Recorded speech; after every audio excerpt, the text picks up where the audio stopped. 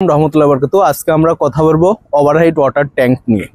আপনারা দেখতে পাচ্ছেন আমরা যে স্ল্যাবটির উপরে আছি এটা হচ্ছে কমিউনিটি হল রুমের স্ল্যাব। তো স্ল্যাবের পরে আমরা দেখেন এখানে 1.5 ফিট গ্যাপ দিয়ে আমরা হচ্ছে ওভারহেড ওয়াটার রিজার্ভার করছি। এই গ্যাপটি কেন করছি, যেন আমরা এই ওভারহেড ওয়াটার রিজার্ভারটি যখন ক্লিন মানে অর্থাৎ পরিষ্কার করে আমাদের পানিটা যেন নিচ দিয়ে নামাতে পারি।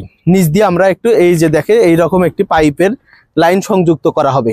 এটা হচ্ছে 4 কর্নারে 4টা আছে আউট এবং ওই কর্নারে একটা আছে ইন, এবং যে পানি ভরাট হয়ে গেলে আরেকটা পাস হয়ে যাবে।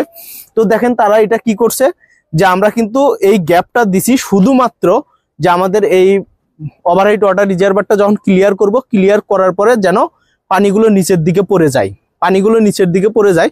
কিন্তু তারা কিন্তু এই জিনিসটি দেয় নাই। না দেওয়ার কারণে হয়েছে কি, যে আমাদের এটা কিন্তু অপচয়। এটা মিস্ত্রি এবং যারা স্যানিটারির লোক কাজ করছে এখানে যখন আমি সাইটে এসে দেখার পর যখন আমি বলি যে স্যানিটারির লোককে বলার পর তারা এইভাবে দেয় নাই।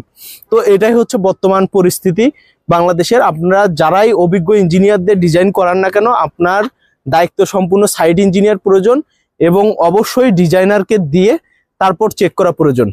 আপনারা বলতে পারেন যে আপনি কেন এখানে সাইটে আগে চেক করেন নাই। তারা আমাকে ফোন করেনি, আমি আসি নাই। আজকে আমি তাদের আরেকটি প্রজেক্ট দেখতে আসছি, এসে সেই সুবাদে তাদের প্রজেক্টটি আমি দেখতে আসলাম।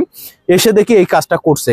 তো আপনাদেরকে আমি দেখাইলাম যে আসলে এই জিনিসটি এরকম, যদি আমরা উপরে